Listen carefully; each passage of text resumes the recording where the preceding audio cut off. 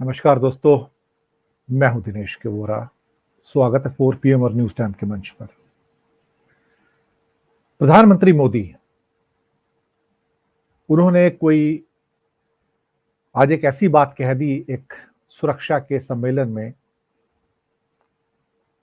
जिसके अर्थ दूरगामी हैं। आप जानते हैं कि प्रधानमंत्री अपने शब्दों की रिहर्सल करके जाते हैं, शायद रट के भी जाते हैं। जो इंपॉर्टेंट शब्द हैं उनको कई बार रिपीट भी करते होंगे। तो कोई भी चीज अचानक नहीं कही जाती है, रिहर्सल करके उसके अर्थ को जानते हुए और उसके इफेक्ट को जानते हुए तब वो बात कहते हैं। आज उन्होंने सुरक्षा सम्मेलन में कुछ ऐसी बातें कही। बातें तो बहुत सारी थी, पंच प्राण की थी, लेकिन एक बात वो ऐसी कह गए जो शब्द थे कि देश को कलम के नक्सलियों से खतरा है। पहले एक शब्द यूज किया जाता था मोदी जी के द्वारा, उनकी टीम के द्वारा, अर्बन नक्सल्स। कौन है मुझे नहीं पता, क्योंकि जब भी संसद के अंदर ये पूछा गया कि अर्बन नक्सल कौन है, तो संसद में इसी भाजपा सरकार के मंत्रियों ने कहा था कि अर्बन नक्सल कहीं डिफाइंड नहीं है। शब्द खुलेआम यूज किया जाता है, लेकिन होम मिनिस्ट्री कहती है भारत की, अमित शाह की, कि डिफाइंड नहीं है। अब इनका कहना है देश को कलम के नक्सलियों से खतरा। पूछना तो पड़ेगा मोदी जी से, कलम के नक्सली किसे कह रहे हैं? कौन है वो लोग? कौन है जिन्हें कलम का नक्सली कहा जा रहा है? किस संदर्भ में, किस अर्थ में, और किसको निशाना बनाया जा रहा है? कहीं पे निगाहें, कहीं पे निशाना।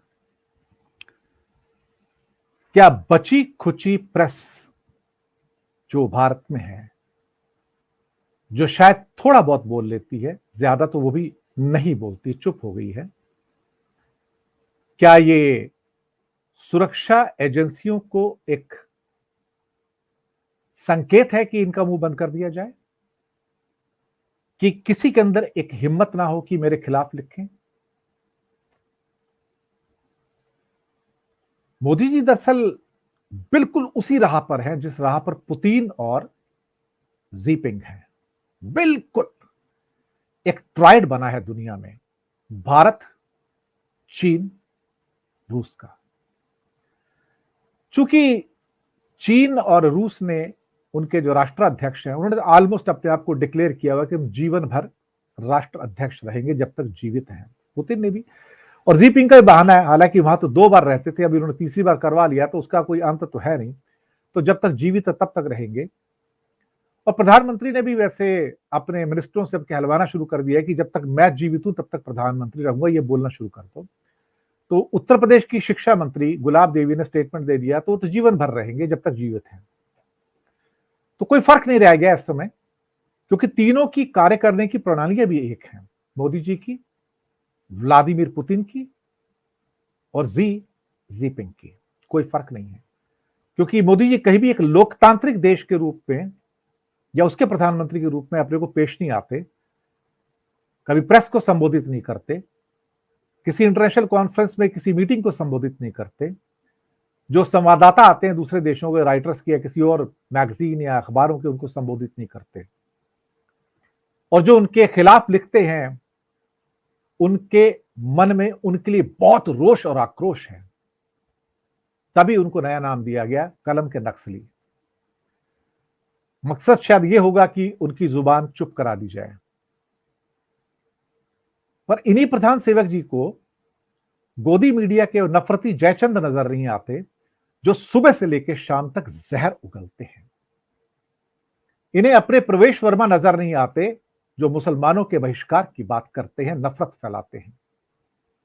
इन्हें वो मंत्री याद नहीं आते जो इनके टेनी साहब हैं जिनके बेटे लखीमपुरी खेरी के हत्याकांड में शामिल हैं, लेकिन वो मंत्रिमंडल में रहते हैं। मोदी जी को वो नफरती बोल नजर नहीं आते। देश के गद्दारों को गोली मारो शब्द नहीं कह सकता, असंसदीय है, अनुराग ठाकुर ही कह सकते हैं, लेकिन वो उन्हें नजर नहीं आते हैं। उन्हें गोदी मीडिया के एंकर और जो डिबेट्स को वहां पर संचालित करते हैं वो नजर नहीं आते। उनसे खतरा नहीं है इनको। जो देश में घृणा फैला रहे हैं उनसे देश को खतरा नहीं है, मोदी जी को लगता है। जो एंकर घृणा फैला रहे हैं सुबह से लेकर रात तक, वो देश के लिए खतरा नहीं है, ये साहब जानते हैं। उनको रोकना मुश्किल है। जगत गुरु योगेश्वर नंद तो एक वसीम रजवी थे, नरसिंहानंद यति जो गला काटने की बात करते हैं, जो हाथ काटने की बात करते हैं, मोदी जी को उनसे देश को खतरा नजर नहीं आता। यही मोदी जी जब उनको पुतिन से सर्टिफिकेट मिलता है कि आप बड़े देशभक्त हो, तो अब हमें प्रधानमंत्री के लिए क्या कहते हैं कि सर्टिफिकेट लेना पड़ता है पुतिन से कि देशभक्त हैं। जब दुनिया कहती कि भारत एक आर्थिक महाशक्ति बन रहा है, तो मोदी जी कहते हैं कि देखिए दुनिया हमारी तारीफ करती है। यही दुनिया जब कहती कि आप हंगर इंडेक्स में 107 नंबर पे हो 121 देशों में, तो कहती है आप गलत हो। जो सूट करता है ले लो, जो सूट नहीं करता मत लो। जब वो कहते हैं कि भारत इस समय दुनिया के अंदर शांति स्थापित कर सकता है, तो कहते हैं देखिए दुनिया ने हमारा लोहा माना। लेकिन वही दुनिया जब कहती है कि आप प्रेस इंडेक्स में इतना नीचे हो कि तानाशाहों से भी नीचे चले गए हो, तो बोलते हैं गलत है। जब वो कहती है कि आप लोकतंत्र में सबसे कमजोर हो, तो आप उसको नहीं मानते, आप रिजेक्ट कर देते हो। We reject it openly. Hunger index हो, लोकतांत्रिक इंडेक्स हो, डेमोक्रेसी के इंडेक्स हो, सोशल इंडिकेटर के इंडेक्स हो, भूख के इंडेक्स हो, आप रिजेक्ट करते हो, सूट नहीं करता आपको। लेकिन वही दुनिया जब कहती है कि आप महाशक्ति हो और आप ब्राइट होप हो, आप एक्सेप्ट करते हो क्योंकि सूट करता है। अब देश के कलम के नक्सली नई चीज आई है, परिभाषित तो करना चाहिए इसको, सोचना चाहिए कौन है ये लोग। पार्लियामेंट तो जवाब देगी नहीं, होम मिनिस्ट्री भी जवाब नहीं देगी, तो कलम के नक्सली कौन है? वो जो अभी भी थोड़ा बहुत बोल रहे हैं, वो जो शायद कुछ लिखने की हिम्मत कर रहे हैं, वो जो सच के साथ खड़े हैं, पर शायद इन्हें पसंद नहीं। पुतिन को भी पसंद नहीं है, जीपिंग को भी पसंद नहीं है, सो मोदी जी को पसंद नहीं है। मैंने बात कही थी थोड़ी देर पहले कि एक ट्रायड बना है दुनिया में, डिक्लेयर्ड नहीं है लेकिन बन गया ट्रायड। 3, पुतिन, जीपिंग, मोदी। और सामने है लोकतांत्रिक देश, इसमें जापान है, ऑस्ट्रेलिया है, अमेरिका है, कनाडा है, फ्रांस है, जर्मनी है। अब भारत इनको धमकाता है। क्वाड तो एक कॉफी पीने की जगह है, इससे ज्यादा उसका कोई महत्व नहीं है। और वैसे भी अभी G20 की मीटिंग होगी तो यह दिखाया जा रहा है कि देखिए भारत की इंपॉर्टेंस कितनी बढ़ गई है, अब हम G20 को लीड करेंगे। बारी बारी से नंबर आता है, उसमें कौन सी बात है, अल्फाबेटिकली नंबर आता है। इंडोनेशिया के बाद इंडिया ही आता है, वहां पर वर्ड वाइज आता है, ए से लेकर जेड तक चलता है। यही सिस्टम है पूरी दुनिया में। तो कौन सी कामयाबी, हमसे पहले फिर इंडोनेशिया, तो फिर तो बड़ी महाशक्ति है, कितना मान सम्मान है उसका कि वो G20 का लीडर था। अब भारत लीडर बनेगा तो देखिए भारत का सम्मान हो रहा है, तो फिर इंडोनेशिया का सम्मान नहीं था क्या? क्या वो G20 में नहीं था क्या? है ना। लेकिन हमें अपने आप को बड़प्पन दिखाने की, बड़ा दिखाने की आदत है, दूसरे को काटने की आदत है। लेकिन ये साहब को जहां कलम के नक्सली याद आते हैं कि देश को बर्बाद कर रहे हैं, इन्हें देश को तोड़ने वाले, 1947 की ओर ले जाने वाले नफरती टीवी गोदी मीडिया के जयचंद नजर नहीं आते। इनको उनके मालिक नजर नहीं आते जो रोज प्रपंच और प्रोपेगेंडा करते हैं और देश को तोड़ते हैं, जो रोज हिंदू मुस्लिम की डिबेट करते हैं, जो रोज मंदिर मस्जिद की डिबेट करते हैं, जो देश में नफरत का माहौल फैलाते हैं, जिसके बारे में सुप्रीम कोर्ट ने भी कहा कि हेट स्पीच इज गॉड को भी तुमने नहीं छोड़ा, भगवान को भी नहीं छोड़ा, राम का नाम लेके राम को बदनाम करते हो। वहां साहब चुप रहते हैं, बिल्कुल चुप, एक शब्द नहीं। इन्हें दुख नहीं होता। कश्मीर में ना जाने कितने पंडित भाई मर गए, शहीद हो गए। साहिब के मुंह से कभी एक उफ शब्द क्या नहीं निकला।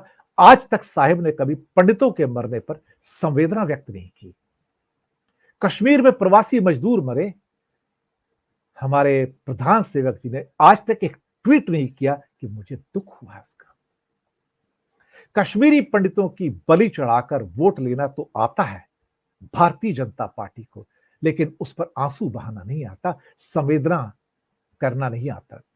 पीएम पैकेज के एम्प्लॉय को बंदी बना के श्रीनगर में रखना आता है, लेकिन जब मर जाते हैं तो संवेदना नहीं निकलती इनके मुंह से। बंदूक की नोक पर दिल की दूरी और दिल्ली से दूरी कम करने का वादा था, वही कर रहे हैं। न दिल्ली से दूरी कम होती है, न दिल से दूरी कम होती है, लेकिन बंदूक की नोक पर दिखाया जा रहा है दुनिया को कि कश्मीर में शांति है। तेरा भी ताल्लुक है कश्मीर से, मुझे पता है कितनी शांति है वहां पर, कैसे वो एक डोरमेंट, एक वॉल्केनो है, कब फूट पड़ेगा नहीं पता। और फिर शौर्य दिवस मनाया जाता है, मनाइए साहब। कश्मीर की बात की जाती है, वो कई मंत्री जाके 5 ब्लंडर बताते हैं पंडित नेहरू के। चलिए, हिस्ट्री तो फुल ऑफ ब्लंडर्स है, मान लिया हमने, बहुत जगह ब्लंडर्स हैं। पंडित नेहरू क्यों, उसके पहले भी ब्लंडर्स हैं, ना जाने कितनों के ब्लंडर होंगे, मुगलों के भी होंगे, शेरशाह सूरी के भी होंगे, खिलजी के भी होंगे, हर्षवर्धन के भी होंगे, गुलाम वंश के भी होंगे, तुगलक के भी होंगे, चंद्रगुप्त मौर्य के भी होंगे, चंद्रगुप्त विक्रमादित्य के भी होंगे, कनिष्क के भी होंगे। किसने ब्लंडर नहीं किए, पर इन्हें नेहरू जी के ब्लंडर याद आते हैं। लेकिन साहब एक बात कहूं आपसे, आपके ब्लंडर भी याद किए जाएंगे। कुछ साल रुक जाइए, आप थोड़े साल रुक जाइए, पूरी किताबें भर जाएंगी, इतिहास भरेगा, और इतिहास आप नहीं लिखेंगे। दूसरी बात, राजनाथ सिंह आके कहते हैं कि पीओके के अंदर जो अत्याचार हो रहे हैं उसका हम बदला लेंगे, उसका उनको फल चुकाना पड़ेगा, कॉन्सिक्वेंसेस हैं उसके। राजनाथ सिंह जी, आप बहुत अच्छे व्यक्ति, मैं आपका बहुत आदर करता हूं। आप पीओके का गिलगिट बाल्टिस्तान हासिल करना चाहते हैं, आपने बात कही, ये आपका एजेंडा है, कैसे करेंगे? थोड़ी भारत की जनता को बताइए, क्या अटैक करेंगे आप? वहां तो सीपेक बैठा हुआ है, सीपेक मतलब चाइना बैठा हुआ है, आधा गिलगिट बाल्टिस्तान तो चाइना के पास है, आपको पता होगा। वैसे डिफेंस मिनिस्टर तो फीडबैक तो मिलती होगी आपको, आपको सहानुभूति है बहुत। कश्मीर के जो पाकिस्तान के में रहने वाले लोग हैं, हमारे भाई बहन हैं, हमारे नागरिक हैं, है ना? पर उनकी बेटियां जो ब्याह के कश्मीर वैली में आई हुई हैं, उनको आप सरकारी नौकरी नहीं देते, उनके बच्चों को सरकारी नौकरी नहीं देते, उन लोगों को कोई सुविधा नहीं आप देते। इन्हें क्या कहते हैं, पाकिस्तानी वाइफ्स कहा जाता है। आपसे जब प्रश्न पूछा गया तो आप उसको नकार गए, क्या कहा जा सकता है? मिलिटरली आप लेंगे नहीं, क्योंकि मोदी जी तो 10 प्लेटफॉर्म पे जाके बोल के आ गए, war is not a solution, तो वॉर तो करेंगे नहीं। और पाकिस्तान बकरी का बच्चा नहीं है जो आपको प्लेटर पर उठा के कश्मीर दे देगा। तो रेटोरिक 56 इंच के छोड़ दीजिए ना, अभी सीधा भारत की जनता से कहिए कि आपके बस की नहीं है पीओके को वापस लेना, सिर्फ आप एक तरह से बातें करते हैं। और राजनाथ सिंह, आप जो कई बार बोल गए सर्जिकल स्ट्राइक करेंगे, पाकिस्तान भूले नहीं, लेकिन ये शब्द आप चीन के खिलाफ यूज नहीं करते कभी, चीन का नाम भी नहीं लेते कभी कि चीन के खिलाफ भी सर्जिकल स्ट्राइक करेंगे, क्योंकि मोदी जी चीन का नाम नहीं लेते, जिनपिंग का नाम नहीं लेते। मैंने 2 साल में कभी उनको नाम लेते नहीं देखा उसका। पर मोदी जी को कलम के नक्सलियों से खतरा नजर आता है, यानी कि वो आवाज जो देशवासियों की आवाज को उठा सकती है, उससे उन्हें खतरा नजर आता है ना? कमाल की बात। दोस्तों, 5 प्राण दे दिए, भारत विकसित राष्ट्र बनेगा, कब तक? डेट नहीं बताते। वैसे कहते हैं 2047 तक, किसने देखा 2047? ना मैं जिंदा रहूंगा, मोदी जी तो रहेंगे सब, भगवान है, अब तो ईश्वर के अवतार है, वो तो रह सकते हैं। गुलामी की सोच, कौन सी गुलामी साहब? ये मुगलों को गुलामी कहते हैं, खिलजी वंश को, उनको गुलामी कहते हैं। तो 1200 साल तो गुलामी हो गए। उसके पहले कौन था? हमारी विरासत क्या है? विक्रमादित्य। उससे पहले क्या था? उससे पहले कौन है? अपना कनिष्का है, हूण है, वो ट्राइब से। और कौन है यहाँ पर? और कौन सी विरासत है आपकी? बाकी चंद्रगुप्त मौर्य थे, वो बाद में जैन बन गए थे, वो भी हिंदू नहीं थे। हिंदू तो पहले भी नहीं थे वो, खैर बाद में जैन बन गए थे। तो कौन सी गुलामी की सोच है आपकी?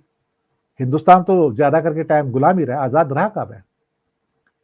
विरासत की बात करते हैं, मुझे नहीं समझ आया कौन सी विरासत है जो मुगलों ने विरासत छोड़ी है। जो भारत में टूरिस्ट आते हैं वो चंद्रगुप्त मौर्य की विरासत देखने नहीं आते हैं, वो चंद्रगुप्त विक्रमादित्य की विरासत भी नहीं देखने आते, क्योंकि है ही नहीं, छोटे मोटे खंडर हैं कहीं पे। वो मुगलिया विरासत ही देखने आते हैं, उसी पे गर्व होता है, वही आपके कैलेंडर पे है। एकता होनी चाहिए। फिर आप नागरिकों को कर्तव्य याद दिलाते हैं, ये आपके कर्तव्य है, पर ये भूल जाते हैं इन पंच प्राण में आपका कोई कर्तव्य नहीं है। सरकार का कर्तव्य क्या है हमारे प्रति, ये नहीं लिखा आपने। वो छठा प्राण कहां चला गया? क्योंकि आप कोई जिम्मेदारी तो निभाना नहीं चाहते, आप लोगों से एक्सपेक्ट करते हो लेकिन खुद नहीं करना चाहते, आपकी कोई जिम्मेदारी नहीं है। तो पंच प्राण में आपकी जिम्मेदारी नहीं आती, सरकार की जिम्मेदारी नहीं आती है। मर्जी आपकी, राजा है, आप ईश्वर हैं। गुलाब देवी कहती हैं कि आप अवतार हैं, कल्कि हैं। मान लिया साहब, पर सारे अवतार नीचे आके ऊपर गए हैं ना, एक दिन आपको भी जाना पड़ेगा। लेकिन जो विरासत छोड़कर जाएंगे, जिस कलम के नक्सलियों की खतरा बात करते हैं, तो आपको मीडिया के जयचंद भी नजर आने चाहिए, जो दिन रात जहर उगलकर भारत को तोड़ रहे हैं। और इसी ढंग से चलता रहा तो दूसरा 1947 हो जाएगा इस भारत के अंदर, सेकंड 1947, क्योंकि यही विरासत छोड़ के जाएंगे आप। टूटा हुआ भारत, असहाय भारत, दीनहीन 100 करोड़ गरीबों का भारत, जिन्हें 2 वक्त की रोटी नसीब नहीं है, सामाजिक और धार्मिक रूप से बटा हुआ भारत। लेकिन दोष के लिए आप कह सकते हो कि देश को कलम के नक्सलियों से डर है, क्योंकि आपको दूसरों की कलम से खौफ नजर आता है। ये सच है, यही सच है। फीडबैक दीजिएगा, प्रोग्राम कैसा लगा। शुक्रिया आपका बहुत बहुत हमारे साथ रहने के लिए। हमारे चैनल्स को 4 PM और न्यूज टाइम दिनेश के वोरा को सब्सक्राइब जरूर कीजिएगा।